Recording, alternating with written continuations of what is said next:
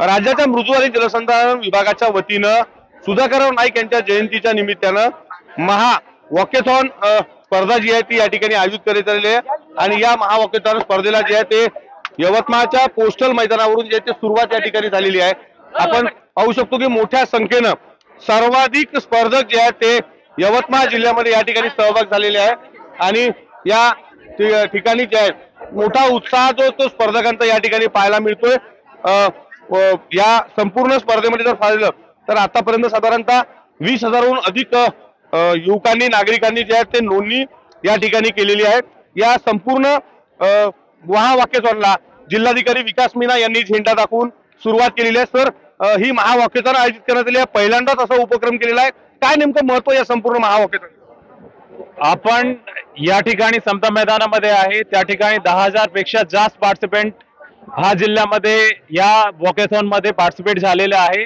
त्याचा हेतू एकच आहे की आपल्याला जलसंरक्षणसाठी नवीन पिढीला पण सांगायचं आहे आणि त्याचा सहभाग यामध्ये आला तर ऑटोमॅटिकली आपला जे पुढचा भविष्य आहे ते चांगला होऊ शकत आहे। तो आपण पाणी संरक्षण आहे, पाणीचा व्यय टाळण्यासंदर्भात आहे, या अनुषंगाने आपण हे महावॉकेथॉन ठेवलेलं आहे।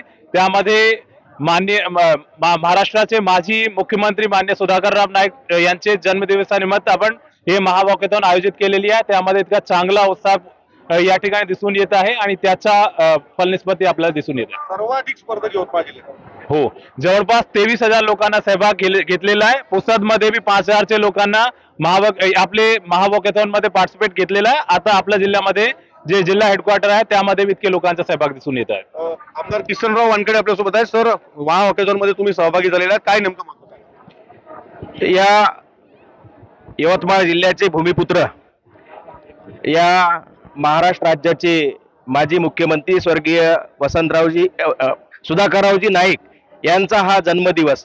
या जन्मदिवशी त्यांनी जे त्या काळामध्ये जे कार्य केलं, पाणी अडवा पाणी जिरवा, तोच संदेश आज संपूर्ण महाराष्ट्रामध्ये देण्यात येत आहे आणि आज महाराष्ट्रात संपूर्ण जिल्ह्यापैकी यवतमाळ जिल्ह्यामध्ये सर्व उपस्थितांची अतिशय मोठ्या प्रमाणात उपस्थिती आहे।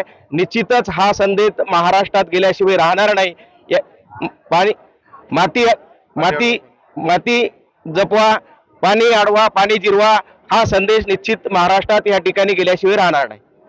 निश्चित माती जपा पाणी अडवा पाणी जिरवा या घोषवाक्यासह ही महावॉकेथॉन जे आहे त्या महावॉकेथॉनला सुरुवात झालेली आहे। राज्यभरात सर्वाधिक स्पर्धक जे आहेत ते यवतमाळ जिल्ह्यात या ठिकाणी सहभागी झाल्याचं पाहायला मिळत आहे।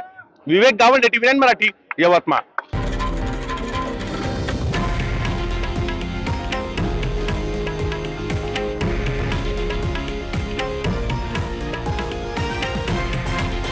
हे आहे देशातील नंबर 1 न्यूज नेटवर्क आणि आपण पाहत आहात TV9 मराठी, एकमेव।